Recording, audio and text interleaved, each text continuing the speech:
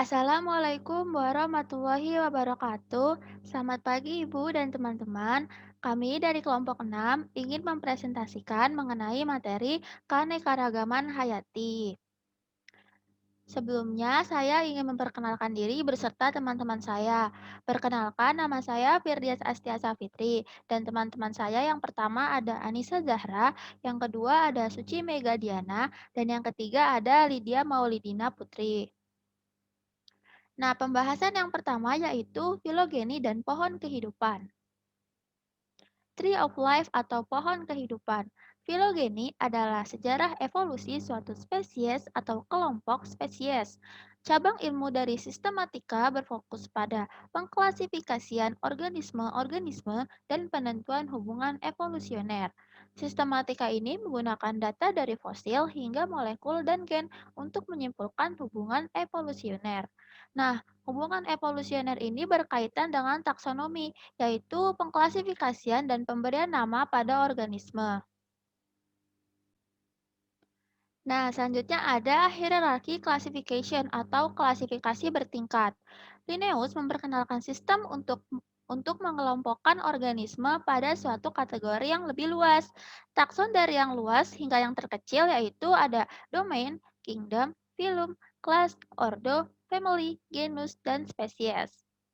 Nah, ini di samping sini ada contoh gambar pengklasifikasian pada macan tutul atau nama ilmiahnya itu Panthera pardus. Nah, dapat kita lihat teman-teman, ini domain ini ada tiga. Ada yang pertama ada bakteri, ada eukarya, dan ada archaea. Nah, si Panthera pardus ini masuk ke dalam domain eukarya dan kingdomnya ini Animalia, filmnya ini Chordata, kelasnya ini Mammalia, ordernya ini Carnivora, family-nya ini Felidae, genusnya ini Panthera, dan spesiesnya ini adalah Panthera pardus.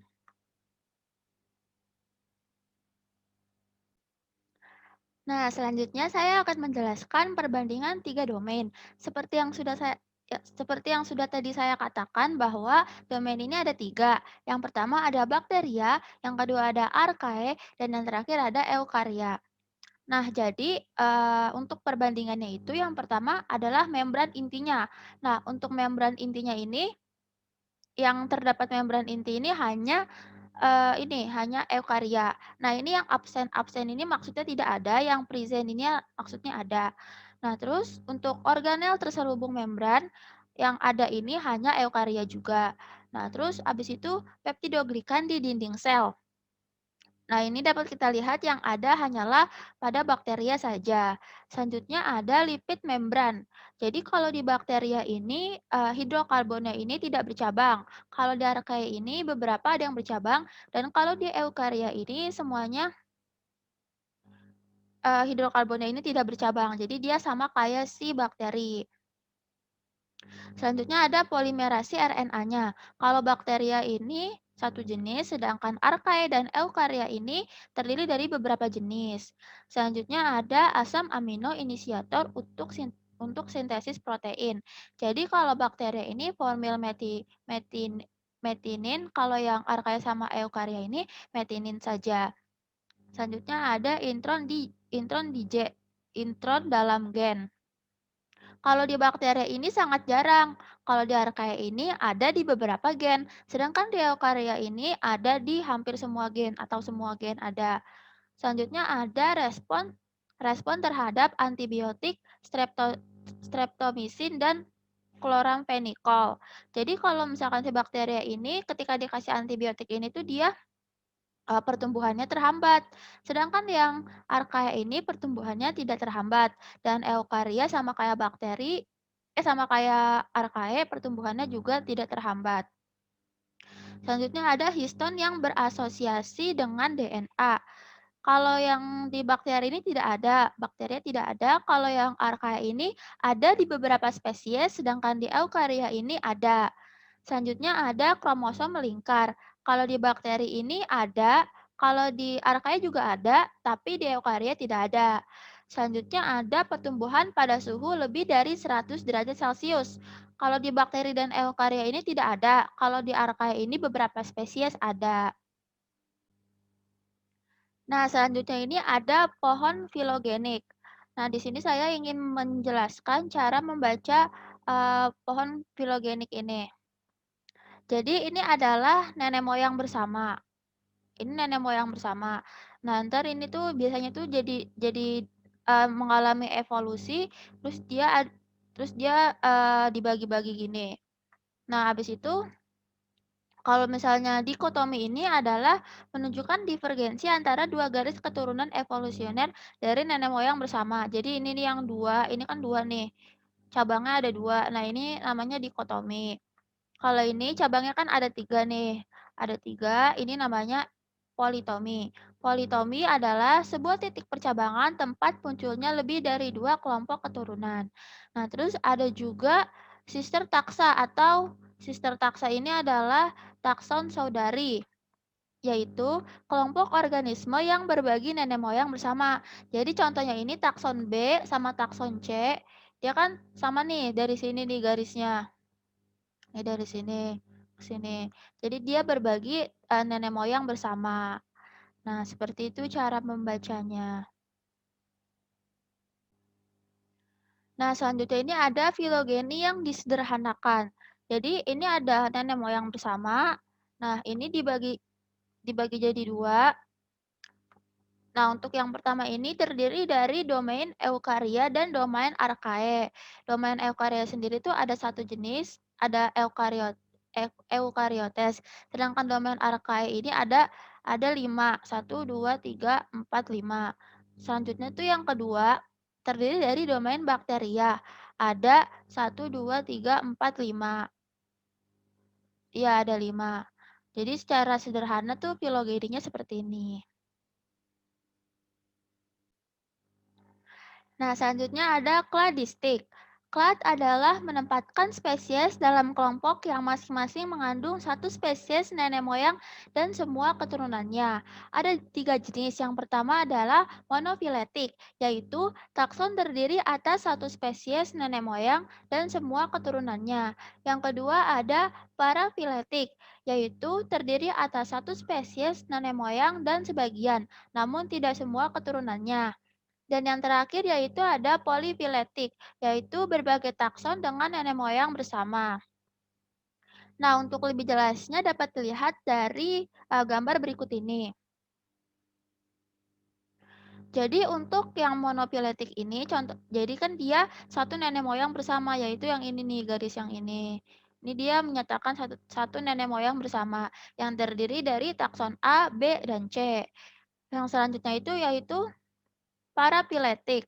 Jadi dia uh, satu satu keturunan tapi sebagian alias tidak semua. Nah, ini dapat kita lihat nih, ini kan keturunannya kan yang ini kan nenek moyang yang ini kan harusnya kan D, E, F sampai G, tapi ini yang G-nya enggak. Jadi dia satu nenek moyang tapi hanya sebagian atau tidak semuanya. Selanjutnya ada polipiletik. Kalau polipiletik ini berbagi nenek moyang. Jadi kan ini dari D sampai G ini kan satu nenek moyang yang ini. Nah, terus dia berbagi sama yang C ini dari nenek moyang yang satunya gitu. Nah, yang kedua ini adalah tentang prokariota yang terdiri dari bakteri dan arkae.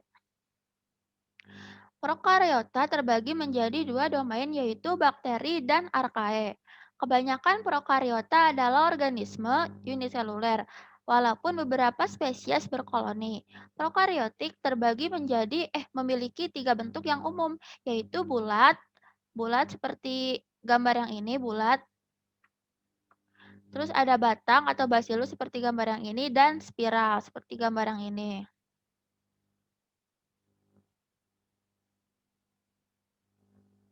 Nah, selanjutnya ada struktur. Dinding sel bakteri mengandung peptidoglikan atau jaringan polimer gula termodifikasi yang terkait silang oleh, oleh polipeptida pendek. Dinding sel arkae mengandung polisakarida dan protein, namun tidak memiliki peptidoglikan. Garam Gramstein mengklasifikasikan spesies bakteri menjadi dua kelompok berdasarkan perbedaan komposisi dinding selnya, yaitu bakteri gram positif dan bakteri gram negatif. Nah, ini adalah strukturnya. Struktur untuk bakteri yang gram positif dan negatif. Bakteri gram positif memiliki dinding yang lebih sederhana dengan jumlah peptidoglikan yang relatif banyak. Sedangkan bakteri gram negatif memiliki peptidoglikan yang lebih sedikit dan lebih kompleks secara struktural dengan membran luar yang mengandung lipopolisakarida. Nah, kita dapat lihat pada gambarnya untuk gambar yang ini merupakan gram positif, di mana ini strukturnya lebih sederhana dan peptidoglikannya ini lebih tebal yang ini daripada yang ini. Ini peptidoglikan untuk gram negatif. Selain itu, gram negatif juga dapat kita lihat strukturnya ini lebih kompleks dan dia memiliki lipopolisakarida.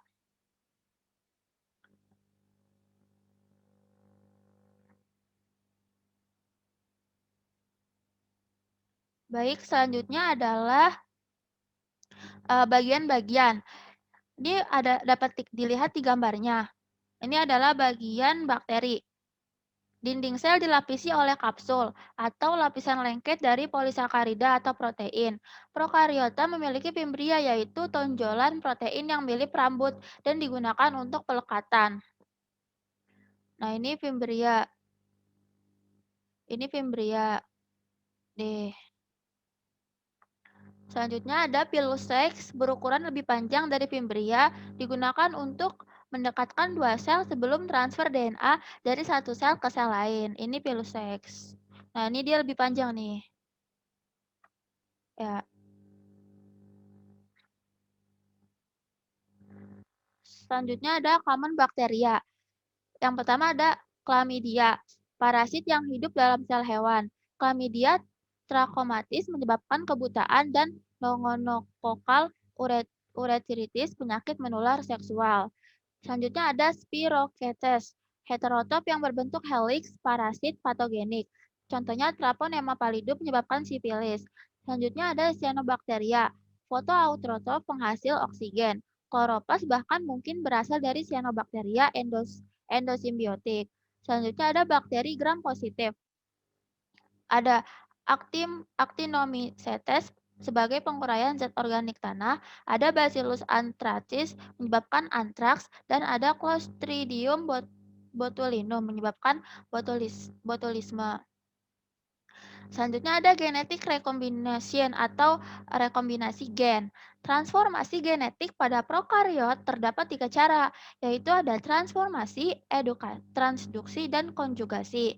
Transformasi adalah sel prokariotik mengambil sel DNA asing dari lingkungannya, sedangkan transduksi adalah bakteriopak atau virus yang menginfeksi bakteri membawa gen-gen bakteri dari satu sel inang ke sel lain. Yang ketiga ada konjugasi, yaitu proses transfer materi genetik antara dua sel bakteri yang tersambung oleh pilosex atau seks pilih. Selanjutnya ada archaea. Archaea adalah prokariotik yang memiliki kesamaan ciri tertentu dengan bakteri dan kesamaan ciri lain dengan eukariotik. Archaea yang hidup di lingkungan yang ekstrim disebut extremophilous. Nah, ini ada tiga jenis. Yang pertama ada ekstrim halophilous, yaitu dapat hidup di salinitas yang tinggi atau salty environments. Itu maksudnya lingkungan yang asin. Selanjutnya ada ekstrim thermophilus, yaitu tumbuh di lingkungan yang sangat panas. Selanjutnya ada metanogens, yaitu hidup di lingkungan yang lebih ramah dan menghasilkan metana sebagai zat buangan. Yang terakhir ada manfaat prokariota di bidang teknologi. Prokariota merupakan agen utama dalam bioremediasi, penggunaan organisme untuk menyingkirkan polutan dari tanah, air, dan udara. Kegunaannya untuk pembersihan tumpahan minyak, sintesis polyester atau PHA, dan memodifikasi bakteri untuk memproduksi vitamin, antibiotik, dan hormon. Penjelasan selanjutnya akan dijelaskan oleh teman saya. Di sini saya akan menjelaskan tentang protista.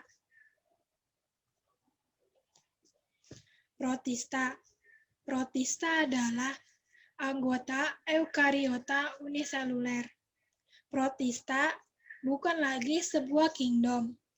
Namun, para saintis masih menggunakan istilah protista untuk mengacu pada eukariot yang bukan tumbuhan, hewan, atau fungi. Protista dapat bereproduksi secara seksual dan aseksual. Nutrisi pada protista yaitu pertama ada fotoautotrof yang memiliki kloroplas. Kedua, heterotrof yang mengabsorpsi molekul organik atau mencerna partikel makanan yang lebih besar.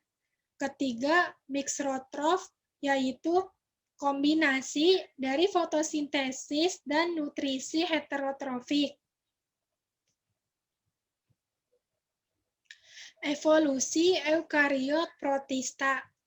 Keanekaragaman protista berasal dari endosimbiosis, yaitu proses yang terjadi ketika organisme uniseluler tertentu menelan sel-sel lain yang menjadi endisimbion dan akhirnya menjadi organel dalam sel inang, yaitu Hexavata, Chromalveolata, Rhizaria, alga merah, alga hijau, dan Uniconta.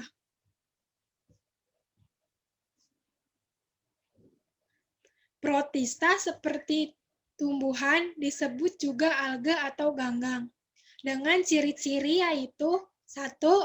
Bersifat uniseluler atau multiseluler. Kedua, memiliki dinding sel. Ketiga, memiliki klorofil. Keempat, dapat hidup di perairan tawar maupun asin. Reproduksi pada alga. Yang pertama, reproduksi pada alga secara aseksual. A. Pembelahan biner pada alga uniseluler seperti Chlorella euglena. B. Fragmentasi pada alga multiseluler yang berbentuk filamen autokolon. C. Pembentukan spora yang disebut zoospora atau spora kembar pada alga uniseluler atau multiseluler, yaitu Chlamydomonas ulothrix. Kedua, ada reproduksi pada alga secara isogami, yaitu penyatuan dua gamet yang sama ukurannya yang dapat menghasilkan zigospora. Yang ketiga, secara anisogami, yaitu memiliki ukuran yang berbeda dan bentuknya sama. Yang keempat, oogami, yaitu memiliki ukuran yang berbeda, memiliki ukuran ovum yang besar, sedangkan sperma berbentuk kecil dan menghasilkan oospora. Kelima, singami, yaitu pembuahan atau fertilisasi adalah peleburan dua gamet yang berupa nukleus atau sel-sel bernukleus yang membentuk sel tunggal atau peleburan nukleus. Biasanya melibatkan penggabungan sitoplasma atau plasmogami dan penyatuan bahan nukleus atau kariogami. Contohnya adalah diatom. Berikut adalah gambar dari reproduksi pada alga.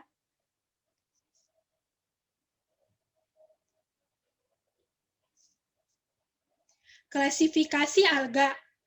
Alga dapat diklasifikasi berdasarkan jenis pigmen yang dimilikinya, serta cadangan makanannya menjadi yang pertama ada Phaeophyta atau alga coklat dengan ciri-ciri pertama memiliki pigmen fukosatin atau coklat yang dominan.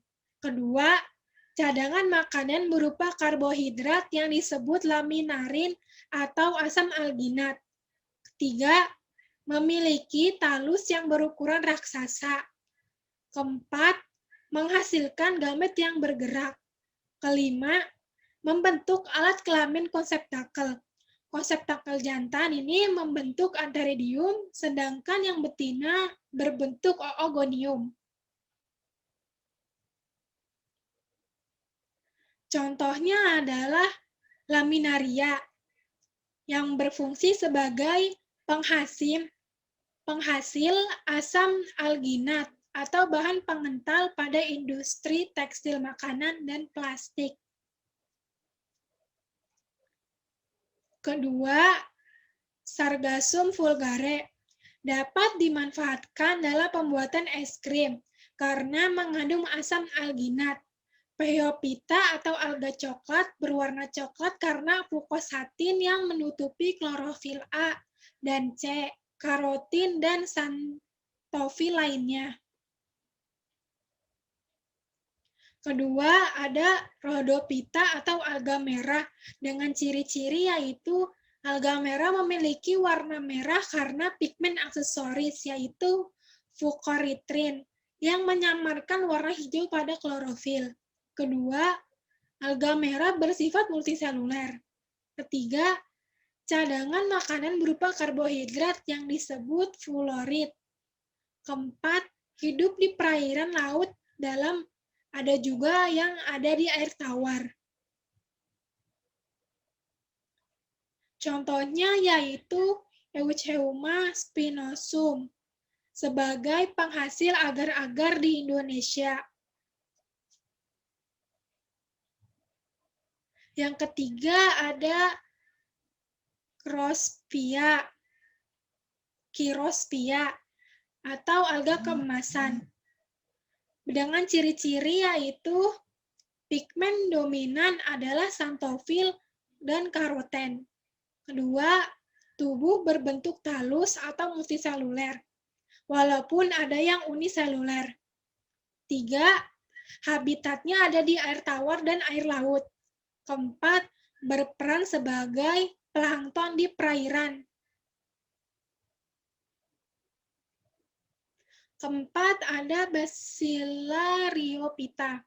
Dengan ciri-ciri yang pertama, memiliki pigmen yang beragam. Kedua, umumnya bersifat uniseluler, walaupun ada yang berkoloni. Ketiga, sel tersusun dari dua bagian. Bagian atas yaitu epiteka dan bagian bawah yaitu hipoteka. Empat, reproduksi secara aseksual atau seksual. Kelima, habitatnya ada di air laut, tawar, ataupun di tempat lembab dan berperan sebagai plankton. Yang kelima ada Chlorophylla atau alga hijau. Dengan ciri-ciri yaitu alga hijau memiliki kloroplas yang mirip dengan kloroplas tumbuhan darat. Terbagi menjadi dua kelompok utama yaitu Chlorophyta dan Charophyta. Dapat hidup di batuan, tumbuhan, ataupun tanah lembab. Habitatnya ada di air tawar ataupun air laut. Keanekaragaman tumbuhan 1. Bagaimana tumbuhan mengkolonisasi daratan? Tumbuhan darat berevolusi dari alga hijau. Bukti morfologi dan molekuler. Yang pertama adalah tumbuhan bersifat multiseluler, eukariotik, fotosintetik, autotrof. Tumbuhan memiliki dinding sel yang terbuat dari selulosa. Tumbuhan mempunyai klorofil A dan B. Charophyta memiliki 4 ciri khas yang sama dengan tumbuhan darat. Yang pertama, kompleks penyintesis selulosa yang berbentuk roset. Enzim-enzim peroksisom.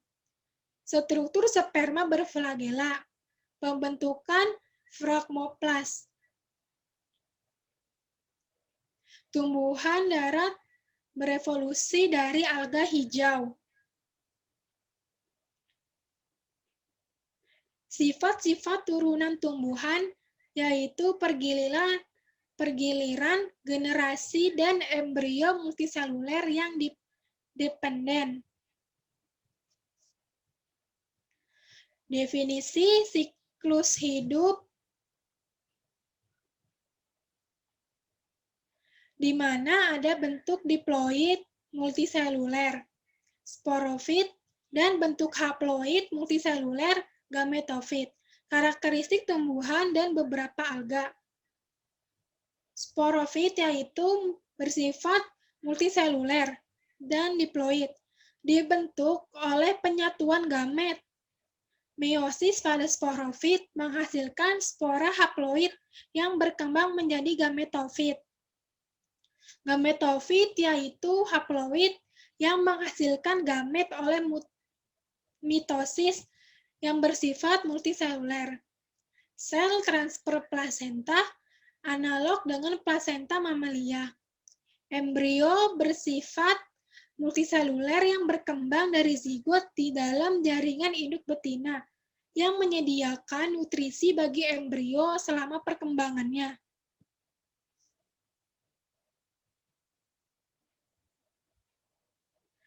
Spora berdinding yang dihasilkan sporangium. Spora adalah sel haploid yang dapat tumbuh menjadi gametofit melalui mitosis dengan lapisan luar pelindung yang memungkinkan spora untuk menahan kondisi kering. Sporofit atau 2N ini memiliki struktur multiseluler yang disebut dengan sporangia, dapat menghasilkan spora haploid melalui meiosis. Spora mempunyai organ multiseluler yaitu sporangia atau organ yang menghasilkan spora. Di dalam sporangium terdapat sel diploid yaitu sporosites atau tanaman menjadi meiosis yang menjadi spora haploid. Sporangium melindungi spora yang berkembang sampai dilepaskan ke udara. Dinding spora mengandung sporopolinen, melindungi mereka dari lingkungan yang keras. Multiseluler gametangia. Tahapan gametofit atau N memiliki struktur multiseluler yang disebut gametangia yang dapat menghasilkan gamet haploid. Gametangia adalah produksi gamet dengan organ multisel. Arkegonia yaitu gametangia betina, organ berbentuk buah pir yang berisi sel tunggal. Antheridia yaitu gametangia jantan yang menghasilkan sperma dan melepaskannya ke lingkungan. Sperma memiliki flagela dan berenang menuju telur melalui air. Tiap sel telur dibuahi dengan archegonium menjadi zigot, zigot menjadi embrio.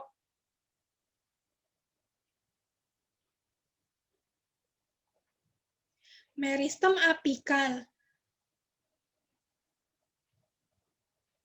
Daerah yang terlokalisasi dari pembelahan sel yaitu ujung akar dan pucuk. Sel dalam meristem apikal menyebar ke epidermis luar dan melindungi tubuh dan jaringan. Tumbuhan tumbuh untuk mendapatkan cahaya, karbon monoksida, air, dan mineral. Pertumbuhan berkelanjutan pada meristem apikal.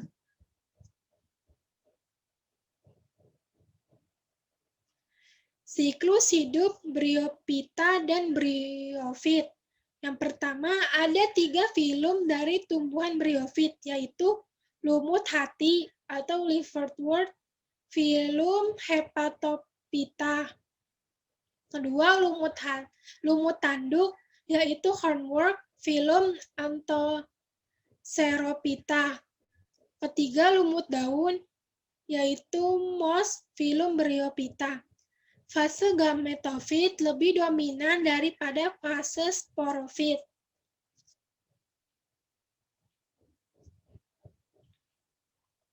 Siklus hidup lumut daun.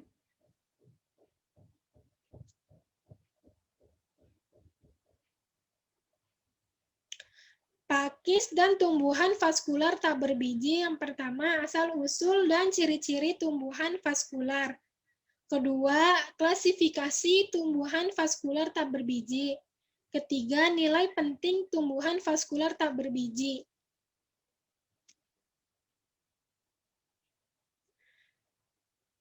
Transport dalam xilem dan floem. Xilem adalah mengangkut sebagian besar air dan mineral. Dinding selnya diperkuat oleh lignin. Floem adalah mengedarkan gula, asam amino, dan produk organik lainnya. Evolusi akar. Akar adalah organ yang menyerap air dan nutrien dari tanah.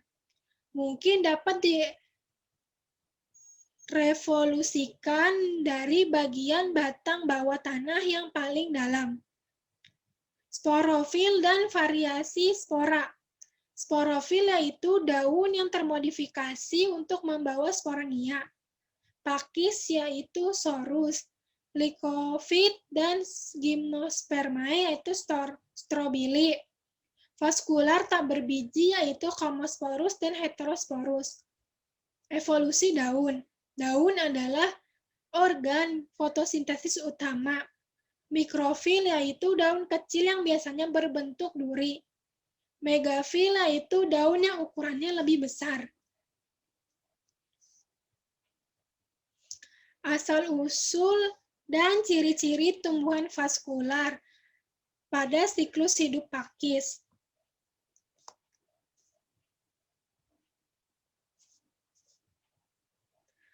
Yang pertama, sporangium melepaskan spora. Kebanyakan spesies pakis menghasilkan tipe spora tunggal yang berkembang menjadi gametofit fotosintetik biseksual. Kedua, walaupun ilustrasi ini menunjukkan sel telur dan sperma dari gametofit yang sama, berbagai mekanisme mendorong fertilisasi silang di antara gametofit-gametofit. Yang ketiga, sperma menggunakan flagela untuk berenang dari antheridium ke sel telur di archegonium.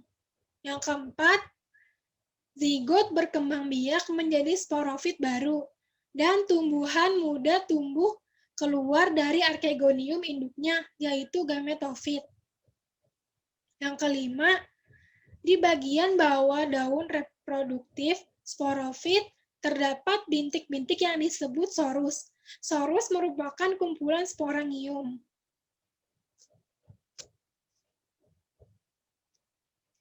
Klasifikasi tumbuhan vaskular tak berbiji, yaitu Lycophyt, dengan ciri-ciri yaitu filum Lycophyta.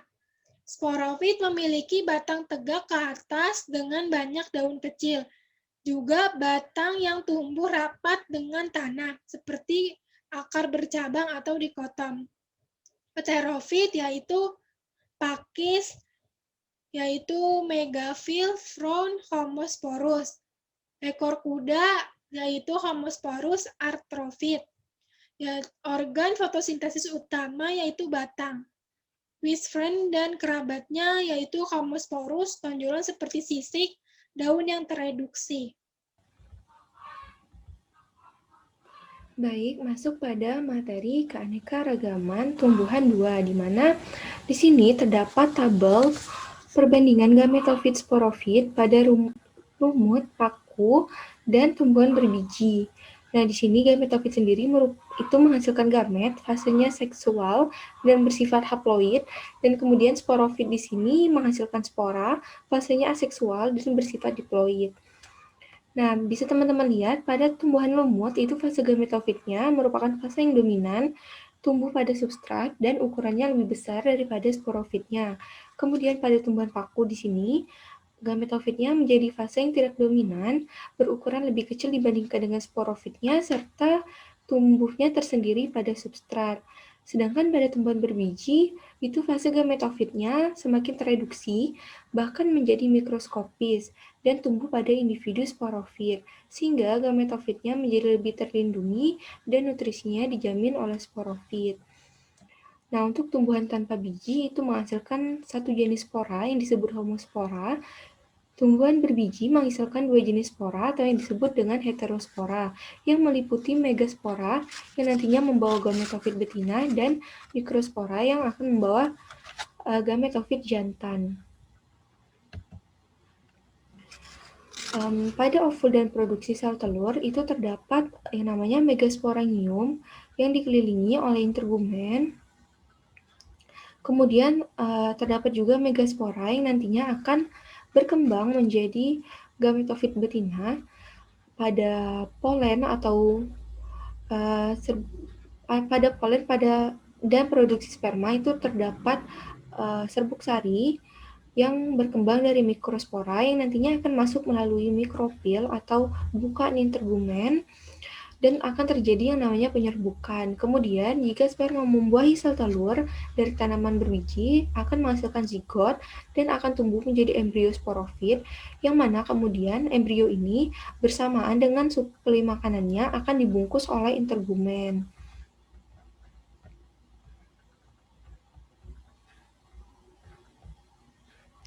Masuk pada Gymnospermae. Gymnospermae sendiri itu merupakan kelompok tumbuhan berbiji terbuka karena mempunyai biji yang tidak terlindungi dalam ovarium dan termodifikasi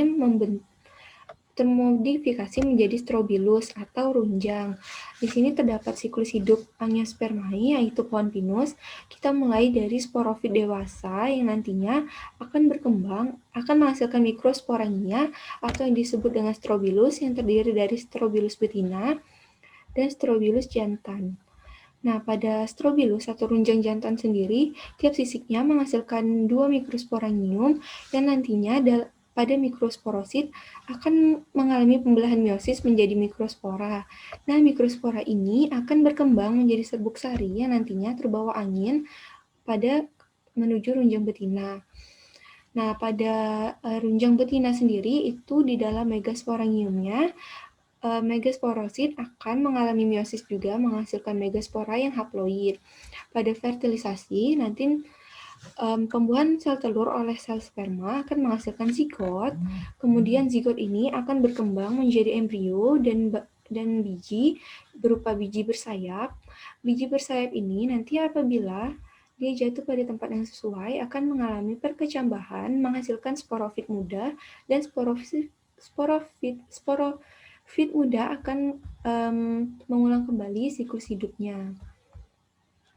Nah, di sini teman-teman lihat ada 4 divisi Gymnospermae. Yang pertama itu ada divisi Cisadophyta. Cisadophyta sendiri itu hidup dan tumbuh subur pada zaman Mesozoikum atau zaman dinosaurus, sehingga masih memiliki sperma berflagel. Kemudian juga bersifat heterospora. Nah, contohnya sendiri yaitu ada Phakis haji atau Cikas rumpi. Nah, divisi yang kedua yaitu Ginkgophyta yang memiliki ciri yang sama dengan divisi Cisadophyta, dan Ginkgophyta sendiri hanya tersisa satu spesies yaitu Ginkgo biloba. Kemudian ada divisi Coniferophyta yang memiliki bersifat heterospora dan sporanya non-motil, contohnya pada pinus. Kemudian ada Genetophyta sendiri, contohnya ada melinjo.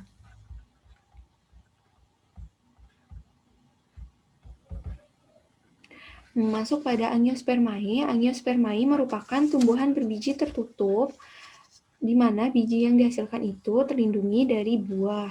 Nah, karakteristik dari Angiospermae sendiri yaitu memiliki bunga dan buah, di mana bunga merupakan modifikasi dari daun yang terdiri dari 4 struktur yang terspesialisasi. Yang pertama ada serpal atau daun pelindung yang berwarna hijau dan membungkus bunga sebelum mekar.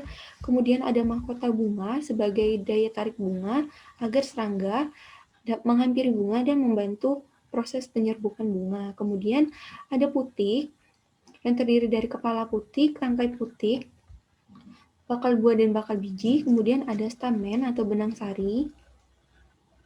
Yang benang sari ini akan menghasilkan mikrospora pembawa gametofit jantan, sedangkan putik sendiri akan menghasilkan megaspora pembawa gametofit betina. Nah, pada buah sendiri, buah merupakan hasil perkecambahan lanjutan dari ovarium. Biji selanjutnya berkembang dari ovul atau bakal biji yang berada di dalam ovarium atau bakal buah. Oleh karena itu, di sini angiospermae disebut dengan biji terlindung di dalam buah.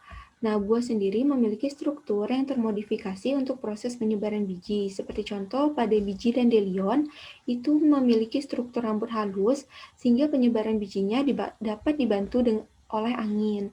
Kemudian pada Bindes tripartita itu penyebaran bijinya dibantu dengan menempel pada hewan atau pakaian manusia. Kemudian pada buah kelapa sendiri, penyebaran bijinya dibantu dengan gravitasi, di mana semakin bulat bentuk buah, maka semakin jauh penyebarannya.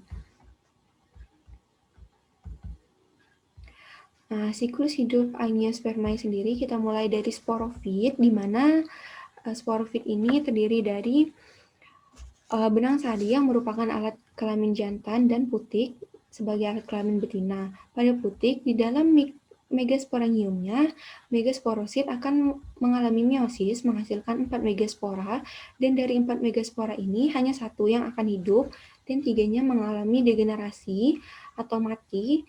Kemudian yang hidup ini akan mengalami 3 kali pembelahan secara mitosis menghasilkan 7 sel dengan 8 inti yang haploid, di mana pada bagian bawah ini itu terdapat sel telurnya akan diapit oleh 2 sel haploid lainnya membentuk sinergit. Kemudian pada bagian atas ini itu terdapat 3 sel yang haploid yang dinamakan dengan sel antipodal, dan pada sel yang tengah sendiri itu terdapat inti polar yang bersifat diploid.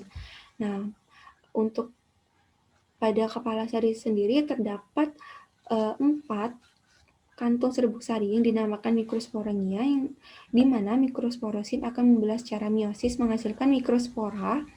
Nah, mikrospora ini akan membelah secara mitosis dan bersitokinesis menghasilkan 2 buah sel, yaitu inti generatif dan vegetatif, yang kemudian inti generatif ini nantinya akan membelah secara mitosis menghasilkan 2 sel sperma.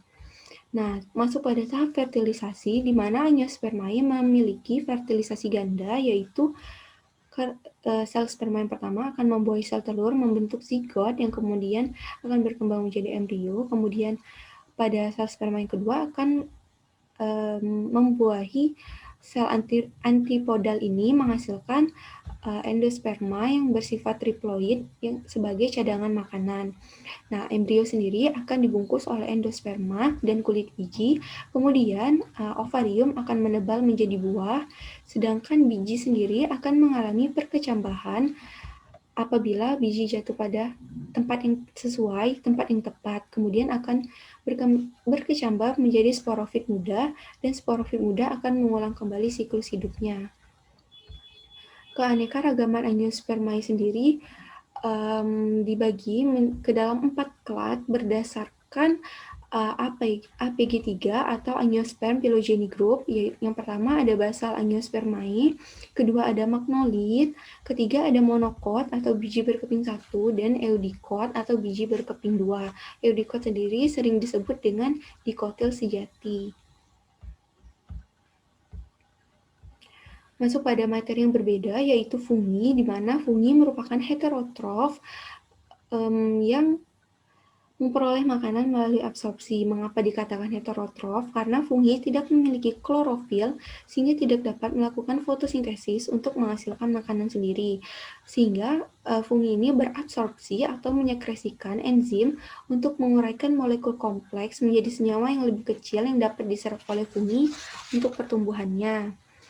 Nah, morfologi tubuh fungi sendiri secara umum terdiri dari hifa yang merupakan jaringan filamen yang terdiri dari dinding sel yang diperkuat oleh kitin dalam mengelilingi membran plasma dan sitoplasma. Kemudian terdapat juga septa atau sekat antar sel, dan terdapat miselium atau kumpulan hifa yang membentuk jaringan. Pada miselium ini akan memungkinkan jamur untuk mengabsorpsi nutrisi lebih banyak.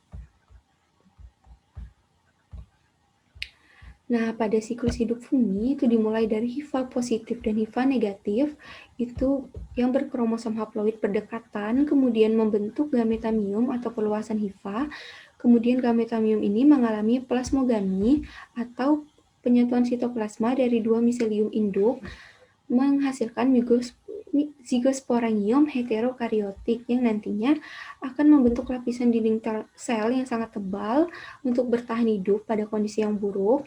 Kemudian apabila kondisi lingkungan baik, akan terjadi kariogami atau peluburan intim menjadi variasi genetik dengan inti yang diploid. Kemudian inti yang diploid ini akan mengalami meiosis menghasilkan zigospora yang haploid. Kemudian zigospora ini menghasilkan spora-spora yang haploid yang nantinya akan tersebar dan apabila jatuh pada tempat yang sesuai akan mengalami germinasi menjadi hifa baru dan berkembang menjadi miselium. Nah, miselium ini akan mengulangi kembali siklus hidup yang telah ada. Kemudian masuk pada kelompok fungi. Di sini kelompok fungi yang pertama terdapat Chytrid yang termasuk dalam filum Chytridiomycota. Chytrid sendiri memiliki ciri yang khas yaitu memiliki spora yang berflagel. Nah, masuk pada kelompok fungi yang kedua yaitu Zygomycetes yang termasuk dalam filum Zygomycota. Zygomycota sendiri itu menyebabkan pembusukan pada makanan, contohnya seperti roti. Kemudian pada kelompok filum yang ketiga yaitu ada Glomeromycetes yang termasuk dalam filum Glomeromycota. Dan yang keempat ada Ascomycetes yang termasuk dalam filum Ascomycota yang memiliki ciri khas yaitu memiliki kantung spora sebagai alat perkembangbiakan seksualnya. Kemudian yang terakhir ada Basidiomycetes yang masuk dalam filum Basidiomycota. Dengan ciri khasnya mempunyai basidium. Nah, masuk pada peranan fungi. Peranan fungi ada yang menguntungkan dan juga merugikan. Untuk peranan yang menguntungkan, fungi itu sebagai mutualis atau saling memberi keuntungan, kemudian sebagai bahan makanan seperti jamur kuping, kemudian sebagai obat-obatan, sebagai contoh Penicillium notatum sebagai antibiotik penisilin, kemudian sebagai dekomposer atau pengurai. Nah, untuk peran yang merugikan sendiri itu sebagai parasit yang menyerap nutrisi dari sel inang yang hidup, dan terakhir sebagai patogen atau pembawa penyakit. Contohnya pada kurap, infeksi jamur golongan Dermatophyta pada area kulit. Di sini saya Lydia Maulina Putri akan melanjutkan presentasi yaitu pengantar keanekaragaman tingkat hewan. Hewan diperkirakan hidup antara 1 miliar sampai 540 juta tahun yang lalu. Hewan adalah heterotrof, yaitu tidak dapat membuat makanannya sendiri. Hewan merupakan eukariotik yang multiseluler, yang tidak memiliki dinding sel. Selanjutnya, hewan-hewan dapat dicirikan berdasarkan bagian tubuh. Yang pertama ada simetri. Simetri di sini adalah ketika pada awal pembentukan atau pembuahan tubuhnya simetris, kanan kiri sama besarnya. Nah, misalnya pada ubur-ubur. Yang kedua ada jaringan. Jaringan itu ada ektoderm, mesoderm, dan endoderm. Ektoderm itu adalah bagian tubuh yang paling luar, adalah jaringan lapisan yang paling luar, mesoderm yang di tengah, dan endoderm yang terakhir. Nah, ada beberapa hewan yang hanya memiliki 2 jaringan, dan ada beberapa hewan yang memiliki 3 jaringan. Nah, selanjutnya ada rongga tubuh. Rongga tubuh di sini, rongga tubuh sejati disebut dengan kolom dan berasal dari mesoderm, jaringan tubuh yang di tengah tadi. Kolomat adalah hewan yang memiliki kolom sejati. Sel kolom adalah rongga tubuh yang berasal dari mesoderm dan endoderm. Hewan triploblastik yang memiliki pseudocoelom disebut Stegocolomets. Hewan triploblastik yang tidak memiliki rongga tubuh disebut dengan Acholomates. Selanjutnya ada perkembangan dari protosom dan deuterosom. Perbedaan dari keduanya, kebanyakan protosom merupakan sezocolomata yang berarti suatu massa solid dari mesoderm embrionik terbagi kemudian membentuk kolom beberapa seperti Priapulida tidak mempunyai kolom, tetapi mereka mungkin diturunkan deuterosomnya yang diturunkan dari nenek moyang Schizocolomata. Sementara deuterosom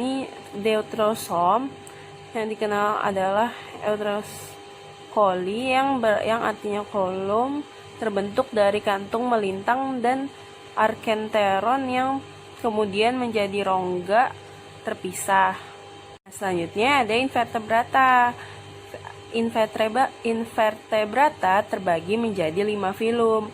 Ada filum Calcarea dan Silacea, ada filum Cnidaria, filum Lopotrochozoa, filum Hdiszozoa, dan filum Deuterostom.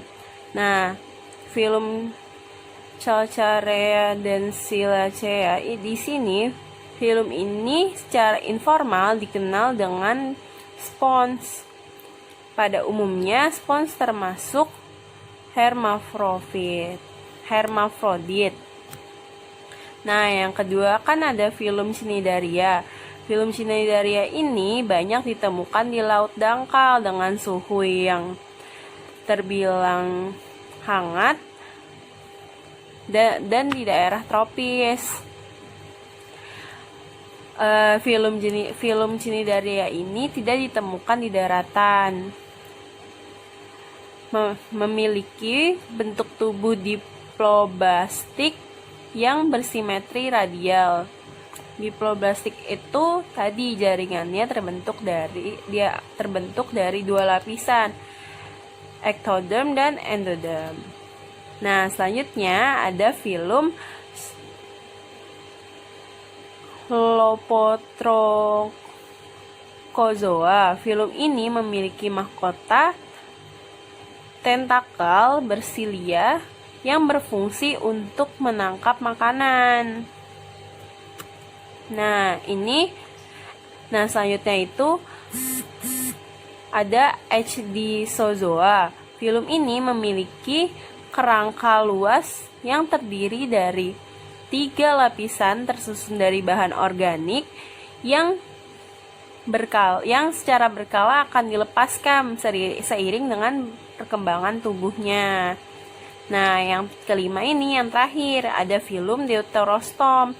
Filum Deuterostom ini memiliki blastoplas atau lubang di dasar gastula pembentuk menjadi anus yang seharusnya menjadi mulut.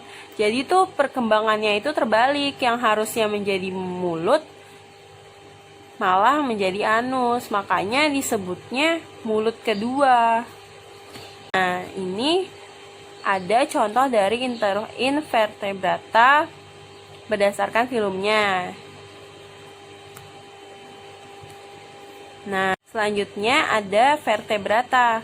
Vertebrata ini terbagi menjadi 8. Ada chordata, memiliki notochord dan batang saraf dorsal yang berongga. Yang kedua ada craniata.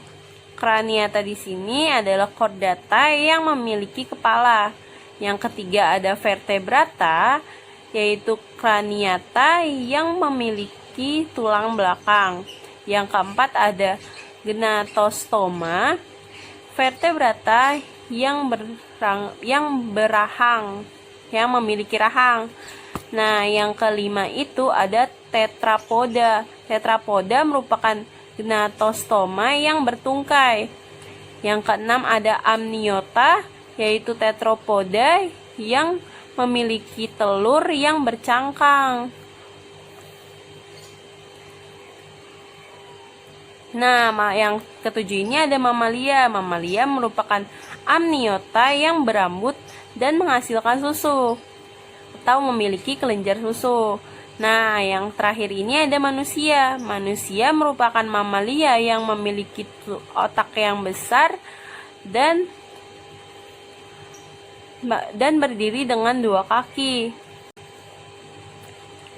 Nah, di sini ada karakter turunan dari chordata nih. Karakter turunan dari chordata di sini secara khusus ada notochord atau batang longitudinal dan fleksibel yang terletak di antara saluran pencernaan dan batang saraf. Yang kedua itu ada batang saraf dorsal dan berongga. Ekor yang berotot, celah atau sibakan faring yang memungkinkan air untuk masuk ke dalam tubuh, tetapi ketika keluar tidak perlu melewati seluruh saluran pencernaan. Nah, terus yang kedua ini ada karakter dari turunan Craniata. Karakter yang paling menggambarkan Craniata di sini adalah bumbungan neuralnya. Bumbungan neural merupakan sekumpulan sel yang muncul di dekat tepi dorsal tabung neural yang sedang menutup di dalam embrio. Nah, yang ketiga ini ada karakter turunan vertebrata. Karakter turunan vertebrata ini umumnya memiliki tengkorak yang lebih besar dan tulang yang tersusun atas vertebra. Nah, di sini pada karakter turunan vertebra ini banyak perubahan yang menyebabkan rangka tubuhnya itu lebih besar daripada chordata yang lainnya. Nah, yang keempat ini ada karakter turunan dari gnatostoma. Karakter yang paling menggambarkan dari namanya itu ya memiliki rahang yang strukturnya berengsel serta bergigi. Hal lain yang dimiliki dari gnatostoma di sini memiliki kotak depan yang lebih besar dari Craniata yang lain. Nah, ini ada karakter turunan dari tetrapoda. Karakter turunan dari tetrapoda ini memiliki tungkai seperti namanya yang dapat mendukung berdirinya, yang dapat mendukung beban pada tubuhnya. Jadi kalau misalkan di darat itu dia pakai kaki kan, yang memungkinkan mereka menjalankan atau mengekspresikan gerakan dari kakinya kepada tanah. Nah, yang keenam ini ada karakter turunan dari amniota, yaitu memiliki telur yang bercangkang untuk beradaptasi di lingkungan. Telur ini mengandung 4 membran terspesialisasi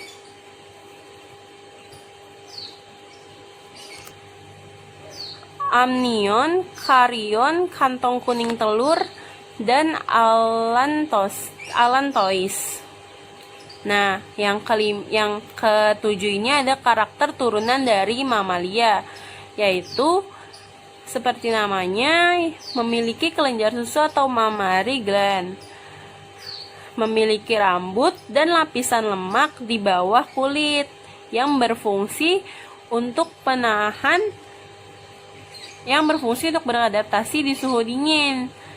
Nah, mamalia juga memiliki laju metabolik yang tinggi, otak yang lebih besar daripada daripada chordata yang lainnya, dan rahang yang bermacam-macam, dan rahang yang memiliki gigi yang bermacam-macam bentuk dan ukuran sesuai dengan fungsinya. Nah, yang terakhir ada karakter turunan manusia. Nah, di sini manusia itu berbeda dengan kera. Perbedaan yang paling jelas yaitu manusia berdiri tegak dan menggunakan kedua kakinya atau bipedal. Manusia juga memiliki otak yang jauh lebih besar dan dapat berbicara dan dapat berbahasa, berpikir secara simbolik, dan dapat menggunakan peralatan-peralatan yang kompleks. Contoh-contoh dari kelas dari vertebrata.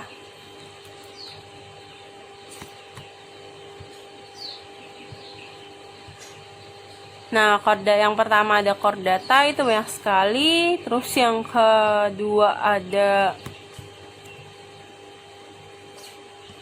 Craniata, yang ketiga ada vertebrata, yang keempat ada Gnatostoma, yang kelima ada Tetrapoda, yang keenam ada Amniota, yang ketujuh ada Mamalia, yang kedelapan ada manusia.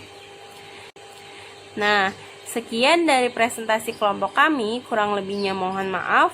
Wassalamualaikum warahmatullahi wabarakatuh.